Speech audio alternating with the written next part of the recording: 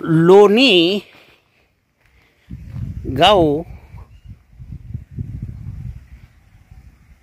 बीड जिल्ह्यामध्ये आहे. शिरूर कासारे म्हणून तालुका आहे. आणि अशा ठिकाणी एका कार्यक्रमाच्या निमित्ताने मी त्या ठिकाणी गेलो आणि ती सर्व रम्य वातावरण पाहून माझ्या मनाला अगदी समाधान की असं स्वर्गसुद्धा नटलेलं नसेल असंच वाटलं. पण ते म्हणतात की घटाघटाचे रूप आगळे, प्रत्येकाचे दैव वेगळे. ज्याच्या नशिबात आहे त्यालाच मिळालं, ज्याच्या नशिबात नाही त्याला मात्र आदल्या जन्मात काय घडत असेल ते कळालं. ही सर्व पाहून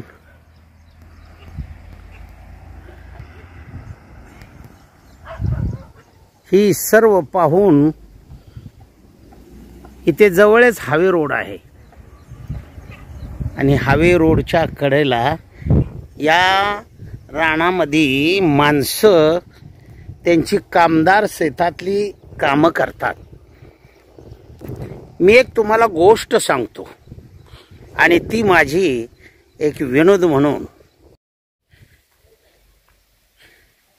ज्याला दिलं त्याला भरपूर दिलं, पण ज्याला नाही त्याची अवस्था मात्र पोटाला वेळेवर अन्न सुद्धा नसतं. या जगामध्ये अशी काय माणसं पाहिली, सर्व वातावरण असंच पाहिलं. मित्रांनो, लोणी गाव बीड जिल्ह्यामध्ये आहे. शिरूर कासारे म्हणून तालुका आहे. आणि अशा ठिकाणी एका कार्यक्रमाच्या निमित्ताने मी त्या ठिकाणी गेलो आणि ती सर्व रम्य वातावरण पाहून माझ्या मनाला अगदी समाधान की असं स्वर्गसुद्धा नटलेलं नसेल असंच वाटलं. पण ते म्हणतात की घटाघटाचे रूप आगळे, प्रत्येकाचे दैव वेगळे. ज्याच्या नशिबात आहे त्यालाच मिळालं, ज्याच्या नशिबात नाही त्याला मात्र आदल्या जन्मात काय घडत असेल ते कळालं. ही सर्व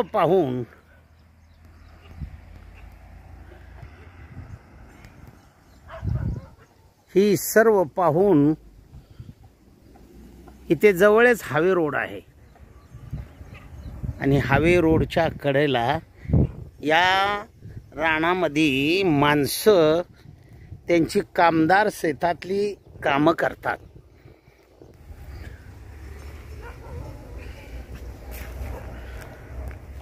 अशा ठिकाणी सर्व कामदार शेतामध्ये काम करणारे आहेत.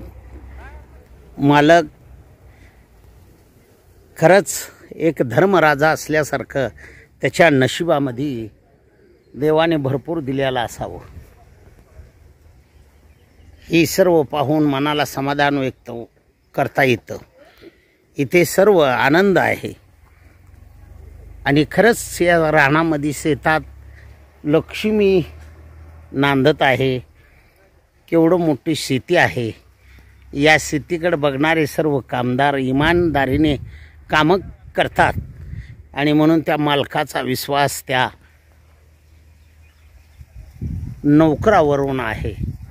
नोकरावरती आहे. ही सर्व बघून मला आठवण आहे. करमतय गडा हां कासार शिरशी तालुका लोणी गाव आणि बीड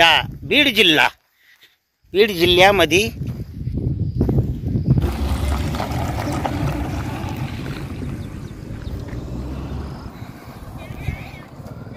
मित्र म्हणला, आता तुम्ही नवरा बायको मस्त जेवण झालं तुमचं, जावा जपून. गाडीला किक मारताच मित्र आतून बाहेर आला आणि मला म्हणला, म्हातारीला आणि मुलांना राहिलेलं जेवण घेऊन जा. मी म्हणलं जेवण घरी केलेलं आहे. अरे माझा हॉटेलचा नमुना प्रसाद म्हणून थोडंसं उरलेलं कालवण भाजी आहे आणि ते घेऊन जा म्हणतात. मी म्हणलं आता न्यायला तर काय नाही, धाबा नवीन घातलेला, भांडी त्याला लागणार. मित्राला म्हणलं तुझी बी अडचण भागावी माझी बी अडचण भागावी. गंमत अशी झाली,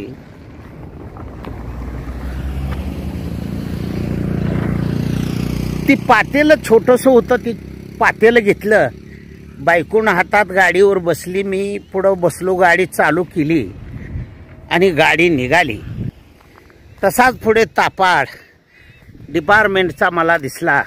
गाड्या अडवत होती हेल्मेट नाही म्हणून, पण बायको शिकली आली, फार विद्वान हुशार, तिच्यामुळंच मला नाव मिळालं.